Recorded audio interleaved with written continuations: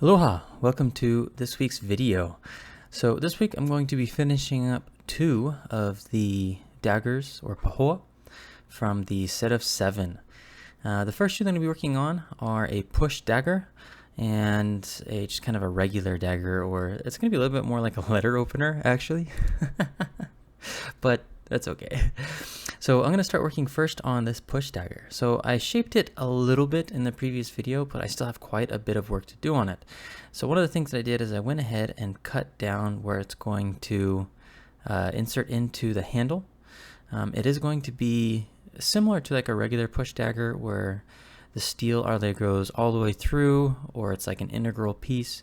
And so I need to cut out the center of this to match that swordfish bill. I'm using a drill here first just to kind of get the majority of the wood out. That way I don't have to do so much chisel work. And then I'm going to come back here with, I'm going back and forth between a 1/4 inch and 1/2 inch chisel, just cleaning it up and making it a little bit more tight of a fit. It did end up gouging out a little bit of material, but that's okay because I'm going, in addition to fitting it tightly, I'm also going to epoxy it and peg it. So it should be a pretty solid hold altogether. There's quite a bit of back and forth getting this to fit nice and snug. I guess I could have made it a little bit more loose.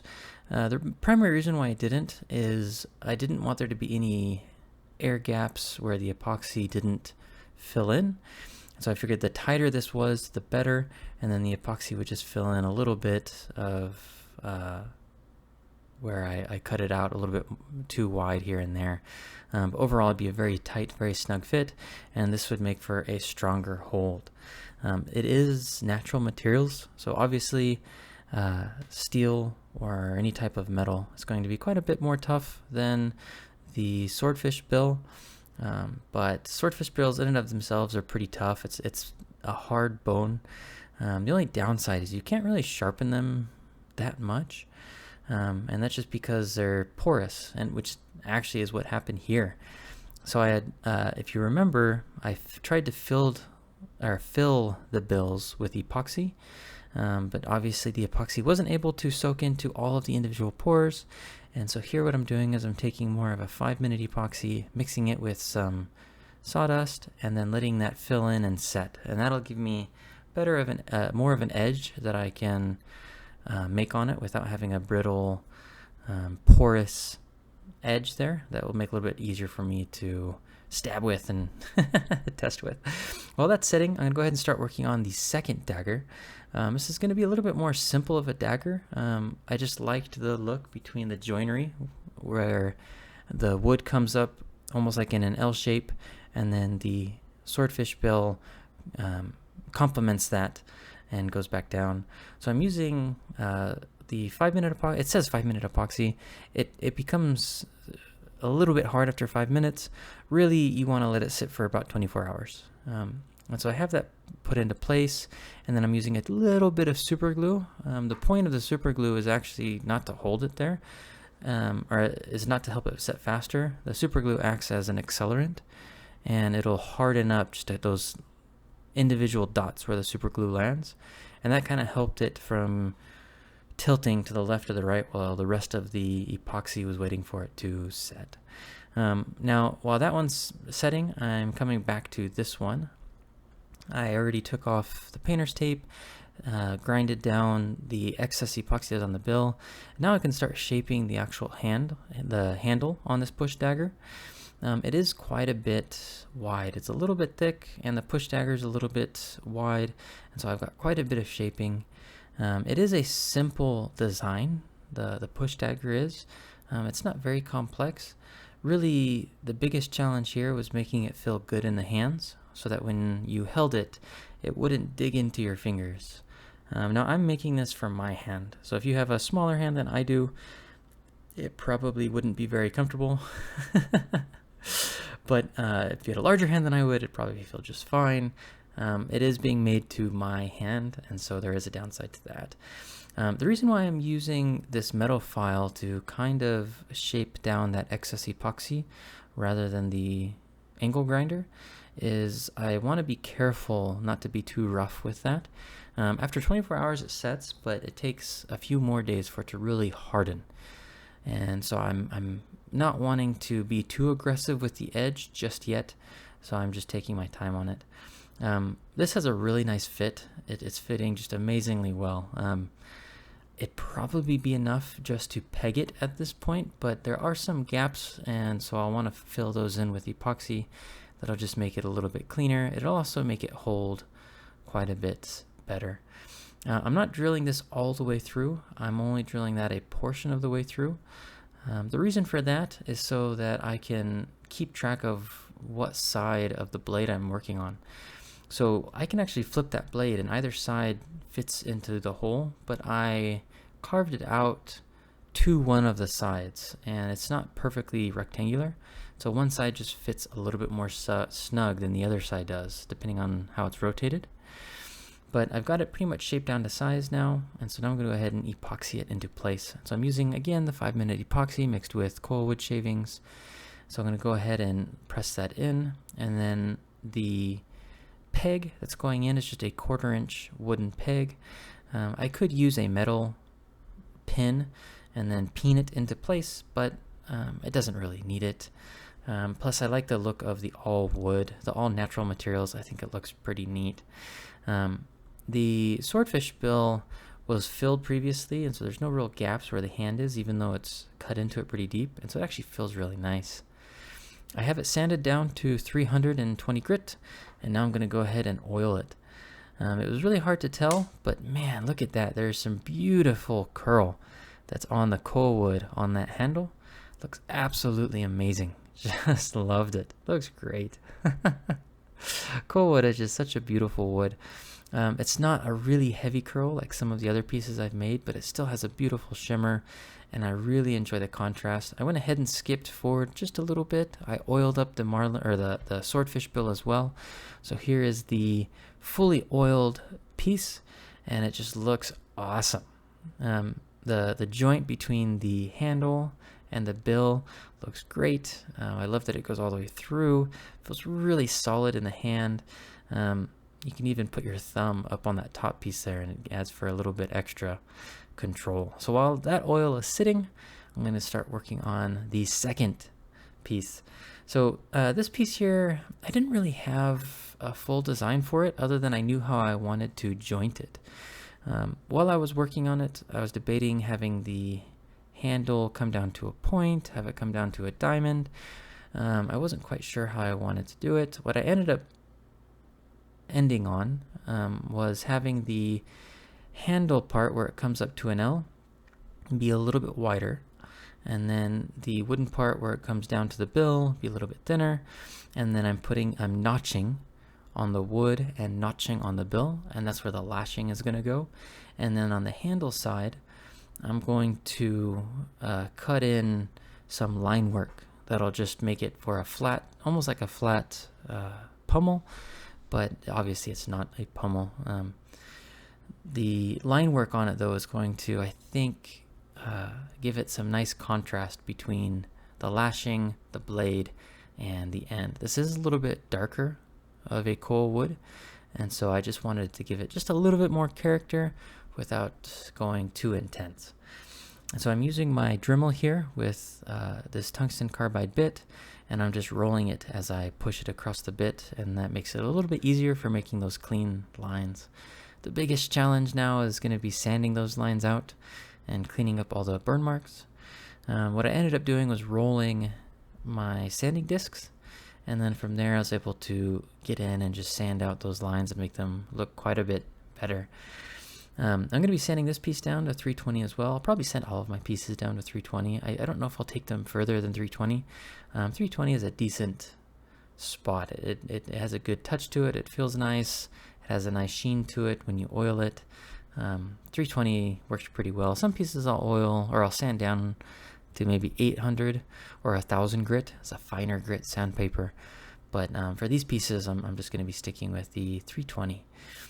The sand on it is pretty simple because it's more cylindrical. I just want to be careful to keep track of the edges. And then I'm going to go ahead and sharpen the edges on this one a little bit more than the push dagger. Again, you can't really sharpen it too much just because it's bone. So the bone is naturally porous. I did fill in most of those pores with epoxy, but it's still bone. So it's not metal. You can't sharpen it as much as metal. I was really excited to oil this piece just because I wanted to see the contrast between the dark coal wood and the swordfish bill. So you'll notice one half of the swordfish bill is really light and the other half is really dark. I'm not entirely sure why it is like that, but every swordfish bill is the same. The one side is dark and one side is light. Maybe someone who's a little bit more familiar with the fishing would be able to tell me. I just know that one side is lighter than the other. But this looked pretty awesome. In fact, it almost looked cool just like that. I would have kept it like that, but I was a little bit nervous that when I was testing with it, it wouldn't hold because it's just epoxy holding that there. So I really wanted to lash it together, and that would give it more of a solid joint and connection point between the swordfish bill and the coal wood. So what I'm doing here is I'm just tapping in a very small hole inside of the corner of the coal wood. I'll be tapping in another hole on the other side. I just don't know where yet it needs to go. I'm doing that so that I can tie off the lashing. So I'll tie in a knot in that little hole, and then I'll start lashing, just doing a simple wrap. But then on the knot, I left a tail. And the point of that tail is as I wrap around, I'm going to go over the tail, under the tail, over the tail, under the tail, and continue that. What that's going to do is it's going to lock in the lashing so that it holds really strong into place. And then it also makes that knot quite a bit stronger because there's no way it can come loose.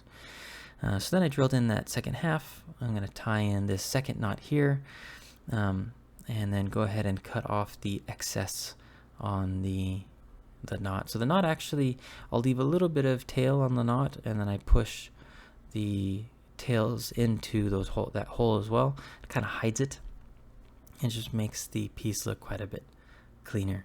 So here's the piece with the finished lashing. I really liked how that looked. I thought that looked pretty slick. It's a really tight lashing, so it's really strong hold. So here are the finished pieces out in the daylight. The natural light, it's a little bit cloudy today, so you can't quite see some of the curl, but man, look at that. That just looks awesome. The swordfish bill just has that bone look to it. It looks really cool. I really like it.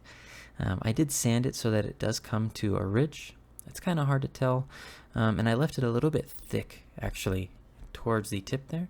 I did that so that when I was testing with it, I just wanted to make sure that it wasn't going to break. And then you can see the clear sections. That's where the epoxy filled in holes and gaps inside of the swordfish bill. And then here is the second piece. This is a smaller swordfish bill, so it comes more to a point. It's a little bit thinner. But look at the dark curly coal on that. That just looks awesome. Oh man, I love it.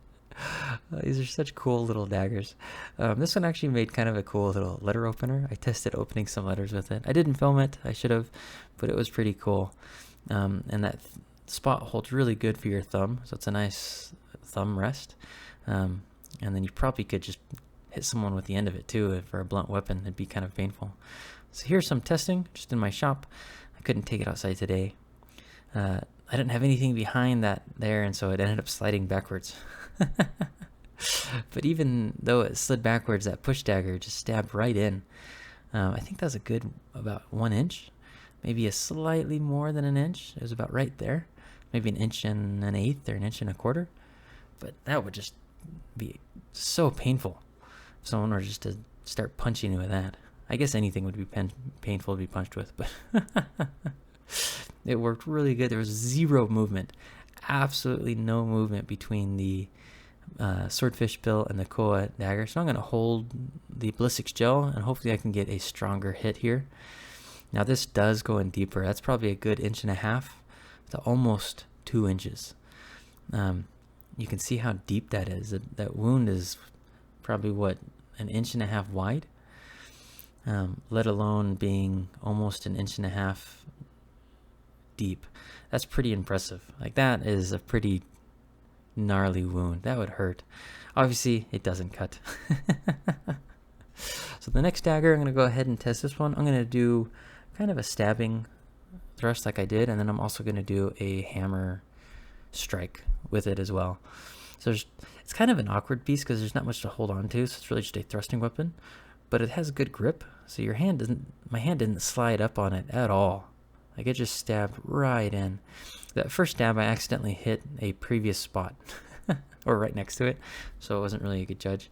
This time I hit a different spot, and obviously this one has a thinner profile, so it right away stabbed in, what, a good 2.25 inches, and so that would be just, that'd be just painful.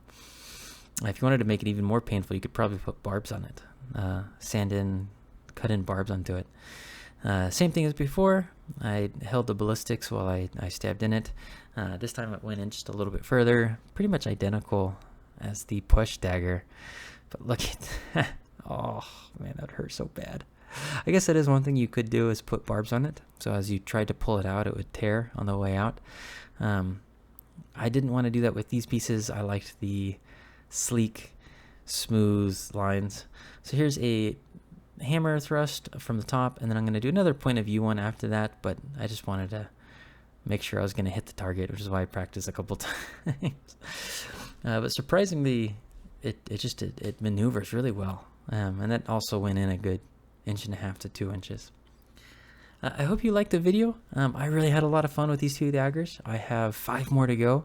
I'm super excited to continue working on them. They're all going to be very, very different styles, different looks, different joinery, holding the the swordfish bill to the coal wood. And so it's just a really exciting project. Once I'm finished with all 7, I am going to be putting them all up for sale on my Instagram. So if you are interested in them, hit me up on my Instagram at Koa Studio. Again, thank you for watching. Leave a like and subscribe, and I'll see you next time. Aloha.